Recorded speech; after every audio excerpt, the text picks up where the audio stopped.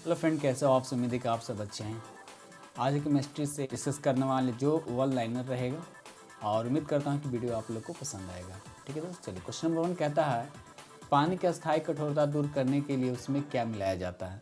तो याद रखिएगा पोटासियम क्लोराइड। क्या बोला हमने? पानी की अस्थायी कठोरता दूर करने के लिए उसमें क्या मिलाया जाता है? याद रखिएगा पोटासियम क्लोराइड। ठीक है दोस्त।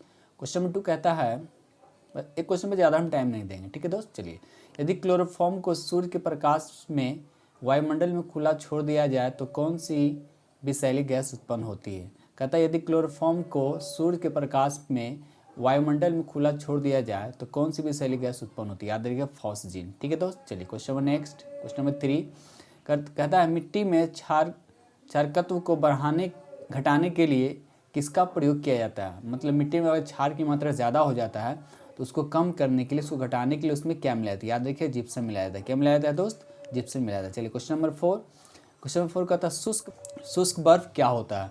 यानी शुष्क बर्फ क्या होता है? ठोस कार्बन डाइऑक्साइड को शुष्क बर्फ कहते हैं। किसको कहते हैं?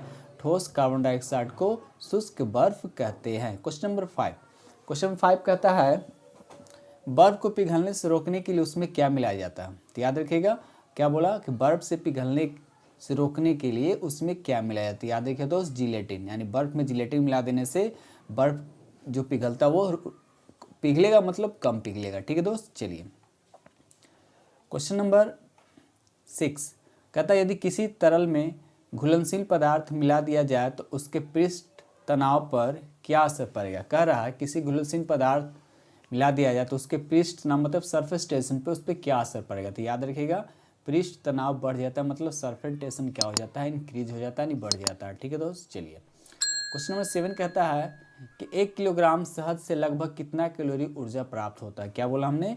1 किलोग्राम शहद से लगभग कितना कैलोरी ऊर्जा प्राप्त होती है? तो याद रखिएगा 3500 कैलोरी। कितना? 3500 कैलोरी। क्वेश्चन नंबर 8 कहता है कि हंसाने वाले गैस का नाम क्या है? हंसाने वाले गैस का नाम क्या है? तो नाइट्रस ऑक्साइड। याद रखिएगा क्या है? Nitrous oxide. क्वेश्चन नंबर 9 कहता है कि हड्डियों में कितना प्रतिशत फास्फोरस होता है? तो याद रखिएगा हड्डियों में कितना प्रतिशत फास्फोरस होता है? तो याद रखिएगा 8%। ठीक है दोस्त। क्वेश्चन नंबर 10 कहता है समुद्री यात्रा में होम सिग्नल देने में किस गैस का उपयोग किया जाता है? समुद्री यात्रा में होम सिग्नल देने में किस गैस का उपयोग किया जाता है? तो याद रखिएगा फॉस्फिन गैस। चलिए क्वेश्चन नंबर हम आते हैं 11 की तरफ। क्वेश्चन नंबर 11 कहता है किस गैस के कारण फूलों का रंग उड़ जाता है? यानी किस गैस के कारण फूलों का रंग उड़ जाता है? तो याद रखिएगा क्लोरीन। यानी क्लोरीन गैस के कारण फूलों का रंग क्या होता है? उड़ जाता है। ये दोस्त जितने भी है मोस्ट इंपॉर्टेंट क्वेश्चन है, ये किसी न किसी एग्जाम में आए हुए हैं। ठीक है दोस्त, इसी तरह के क्वेश्चन हमेशा आते रहते हैं। क्वेश्चन नंबर 12 कहता है सुरक्षित दिया स्लाइम मतलब माचिस जो होता है उसमें कौन फास्फोरस तो होता है, लेकिन फास्फोरस का कौन सा अपरूप को यूज़ किया जाता है? तो याद रखिएगा लाल फास्फोरस। इसको लाल फास्फोरस एक होता है श्वेत फास्फोरस। ठीक है दोस्त, तो श्वेत फास्फोरस को किस में रखा जाता है? तो वाटर में रखा जाता है। ये चीज़ को ध्यान रखिएगा। क्वेश्चन नंबर 13 कहता है कि यूरिया में कितना प्रतिशत नाइट्रोजन होता है? यूरिया जो खाद है उसमें कितना प्रतिशत नाइट्रोजन होता है? तो याद रखिएगा 46%। ये बहुत इंपॉर्टेंट क्वेश्चन है, बहुत सारे एग्जाम में ये क्वेश्चन पूछा जा चुका है कि यूरिया में कितना प्रतिशत नाइट्रोजन होता है? तो याद रखिएगा 46% यानी 46%। क्वेश्चन नंबर 14 कहता है सिरके में, भी देखिए बहुत अच्छे क्वेश्चन है, सिरके में कौन सा एसिड पाया जाता है? तो याद रखिएगा सिरके में एसिटिक एसिड पाया जाता है। क्या पाया जाता है? एसिटिक एसिड पाया जाता है। क्वेश्चन नंबर 15 कहता है कि सौर सेलों में कौन सा धातु प्रयोग होता है? जो सौर सेल होता है, ठीक है, उसमें कौन सा धातु का प्रयोग होता है? याद रखिएगा सीजियम। क्या होता है दोस्त? सीजियम। ठीक है। क्वेश्चन नंबर 16 कहता है कि पीले फास्फोरस को किस में रखा जाता है? तो पीले फास्फोरस को पानी, ऊपर हमने बताया था कि पीले फास्फोरस जिसी को लाल श्वेत फास्फोरस भी कहा जाता है, तो इसको किस चीज़ में रखा जाता है? तो पानी में रखा जाता है। ठीक है दोस्त। नेक्स्ट देखिए इसी तरह का एक और है, सोडियम को किस में रखा जाता है? यहाँ था पीले फास्फोरस को पानी में रखा जाता है और यहाँ सोडियम को किस में रखा जाता है? तो याद रखिएगा केरोसिन में रखा जाता है। चलिए क्वेश्चन नंबर 18 की तरफ आते हैं। कहता है समुद्री घास में कौन सा धातु पाया जाता है? तो याद रखिए समुद्री घास जिसे हम लोग नमक ऑब्टेन किया जाता है, नमक को प्राप्त किया जाता है, तो याद रखिएगा समुद्री घास में आयोडीन पाया जाता है। ठीक है। क्वेश्चन नंबर 19 कहता है खाना बनाते समय सर्वाधिक मात्रा में कौन से पोषक तत्व नष्ट होते हैं। याद रखिएगा, खाना बनाते समय सर्वाधिक मात्रा में कौन से पोषक तत्व नष्ट होते हैं। तो याद रखिएगा विटामिन। क्या आंसर? विटामिन। ठीक है दोस्त, चलिए क्वेश्चन नंबर 20 कहता है रजत दर्पण बनाने में किसका प्रयोग किया जाता है। रजत दर्पण बनाने में किसका प्रयोग किया जाता है। याद रखिएगा ग्लूकोज। किसका प्रयोग किया जाता है? ग्लूकोज। दूध क्या है? ये भी अच्छा क्वेश्चन, ये भी कुछ बहुत इंपॉर्टेंट क्वेश्चन, हमेशा किसी न किसी एग्जाम में ये क्वेश्चन पूछ दिया जाता है। दूध क्या है? तो दूध क्या है? एक पायस यानी कोलाइड है। दूध क्या है? एक पायस है, कोलाइड है। ठीक है दोस्त, क्वेश्चन नंबर हम लाते हैं 22 की तरफ। कहता है यदि दूध से क्रीम को अलग कर दिया जाए तो दूध का घनत्व पर क्या असर पड़ता है।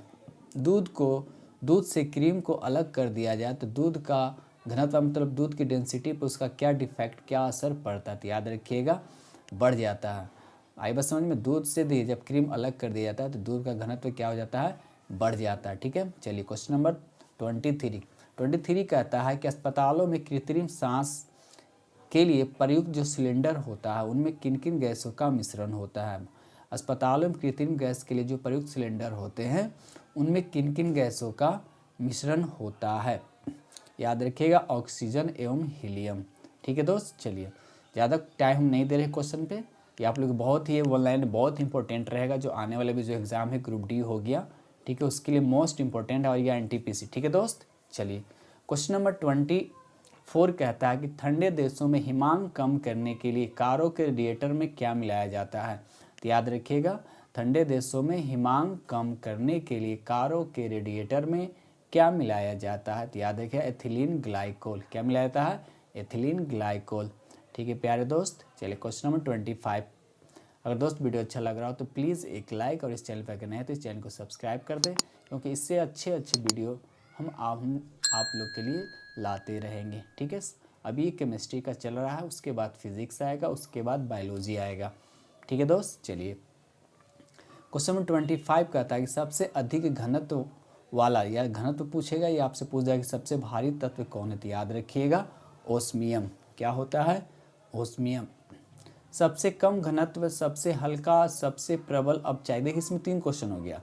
आपसे पूछेगा सबसे कम घनत्व तो लिथियम बताना है, सबसे हल्का पूछेगा तो लिथियम बताइएगा, अब प्रबल अपचायक तत्व पूछेगा तो लिथियम बताए। मतलब इसमें आपको तीनों क्वेश्चन हमने एक ही में कवर कर लिया हूँ। क्वेश्चन नंबर 27 कहता है सबसे प्रबल उपचायक। देखिए यहाँ उपचायक लिखा हुआ है, यहाँ अपचायक लिखा हुआ है, ये चीज़ को ध्यान रखना है आप लोग को। अपचायक तत्व पूछेगा तो लिथियम, और सबसे प्रबल उपचायक पूछेगा तो आपको फ्लोरीन बताना है। क्वेश्चन नंबर 28 कहता है कि सफ़ेद स्वर्ण किसे कहते हैं। सफ़ेद स्वर्ण किसे कहते हैं। तो याद रखिए प्यारे दोस्त प्लेटिनम को सफ़ेद स्वर्ण कहा जाता है। प्लेटिनम को सफ़ेद स्वर्ण कहा जाता है। क्वेश्चन नंबर 29 सर्वाधिक विद्युत चालकता वाला तत्व कौन है। याद रखिए चांदी यानी सिल्वर, जिसको Ag सिंबल होता है।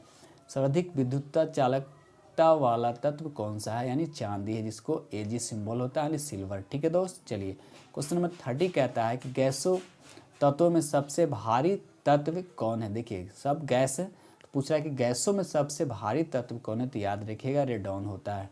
ठीक है दोस्त, चलिए question number next. Question number 31 कहता है कि सर्वाधिक समस्थानिक वाला तत्व कौन है। सर्वाधिक समस्थानिक वाला तत्व कौन सा, मतलब पूछ रहा है कि कौन से ऐसे तत्व है जिसमें सबसे ज़्यादा समस्थानिक होता है। तो याद रखिएगा पोलोनियम। पोलोनियम याद रखिएगा समस्थानिक सबसे ज़्यादा किसका होता है, तो पोलोनियम का। कितना होता है उसके नेक्स्ट क्वेश्चन है कि पोलोनियम के कितने समस्थानिक होते हैं। तो याद रखिए प्यारे दोस्त पोलोनियम का 27 समस्थानिक होता है। ठीक है, चलिए सोना पारा में डूब जाता है क्यों। सोना पारा में डूब जाता है यानी गोल्ड जो होता है मरकरी में क्यों डूब जाता है, आपको उसका रीजन तो बताना है। कि सोने का जो डेंसिटी होता है यानी घनत्व जो होता है पारे के घनत्व से ज़्यादा होता है, यानी पारे के डेंसिटी से सोने का डेंसिटी क्या होता है, मोर होता है, यानी ज़्यादा होता है, इसलिए सोना जो है मरकरी में डूब जाता है। स्ट्रेंजर गैस किसे कहते हैं। तो याद रखिएगा प्यारे दोस्त स्ट्रेंजर गैस किसे कहते हैं, तो जेनॉन को। किसे कहते हैं, जेनॉन को। क्वेश्चन नंबर हम लोग आते हैं 35 की तरफ। डायनामाइट का आविष्कार किसने किया था। डायनामाइट का आविष्कार किसने किया था? तो याद रखिएगा अल्फ्रेड नोबल ने। कब किया था? तो 1867 ईस्वी में। याद रखिएगा डायनामाइट का आविष्कार किसने किया था? तो अल्फ्रेड नोबल ने 1867 ईस्वी में। ठीक है दोस्त, चलिए क्वेश्चन नंबर 36। आधुनिक डायनामाइट में नाइट्रोग्लिसरीन की जगह पर क्या प्रयोग? देखिए पहले क्या होता था, डायनामाइट में नाइट्रोग्लिसरीन यूज़ किया जाता था, लेकिन आधुनिक में डायनामाइट बनाने के लिए इसके जगह पर सोडियम नाइट्रेट का यूज़ किया जाता है। क्वेश्चन नंबर 37 कहता है कि ट्राई नाइट्रोटोल्यूइन, क्या लिखा हुआ है? ट्राई नाइट्रोटोल्यूइन। ये सब विस्फोटक है कि विस्फोटक गति कितनी होती थी? याद रखिएगा 6900 मीटर पर सेकेंड। यानी ट्राई नाइट्रोटोल्यूइन की विस्फोटक गति कितनी होती है? तो 6900 मीटर पर सेकेंड होता है। ठीक है, क्वेश्चन नंबर 38 कहता है कि ट्राई नाइट्रोटोल्यूइन कैसे बनाया जाता है? ट्राई नाइट्रोटोल्यूइन, यहाँ इसका स्पीड पूछा था, यहाँ पे पूछ रहा है कि ट्राई नाइट्रोटोल्यूइन को कैसे बनाया जाता है? तो इसके बनाने का क्या है? सांद्र सल्फ्यूरिक अम्ल। सांद्र सल्फ्यूरिक अम्ल किसको बोलते हैं? इसमें पानी की मात्रा कम होता है, एक तरह से प्योर बोलिए, यानी 98% ये प्योर होता है। उसके बाद सांद्र नाइट्रिक एसिड, ये दोनों की क्रिया से क्या बनता है? ट्राई नाइट्रोटोल्यूइन बनाया जाता है। क्वेश्चन नंबर सॉरी दोस्त, क्वेश्चन नंबर 39 कहता है पिक्रिक अम्ल किसे कहते हैं? पिक्रिक अम्ल किसे कहते हैं? ट्राई नाइट्रोफिनॉल को पिक्रिक अम्ल कहते हैं। पिक्रिक अम्ल किसे कहते हैं? तो ट्राई नाइट्रोफिनॉल को पिक्रिक अम्ल कहते हैं। क्वेश्चन नंबर 40 कहता है कि नोबेल का तेल किसे कहा जाता है? नोबेल का तेल किसे कहा जाता है? तो इसको बोलते हैं ट्राई नाइट्रोग्लिसरीन। Try nitroglycerine. तो ये रहा दोस्त, हमने आप लोगों के साथ 14 क्वेश्चन डिस्कस किया हूँ, जो उम्मीद करता हूँ कि आप लोग के बहुत पसंद आया होगा। अगर पसंद आया होगा दोस्त तो प्लीज़ एक लाइक, अगर इस चैनल पर अगर नए हो तो इस चैनल को सब्सक्राइब कर लें और बेल आइकन को प्रेस करना नहीं होगा। तब तक मिलते हैं हम लोग नेक्स्ट वीडियो, तब तक के लिए जय हिंद जय भारत।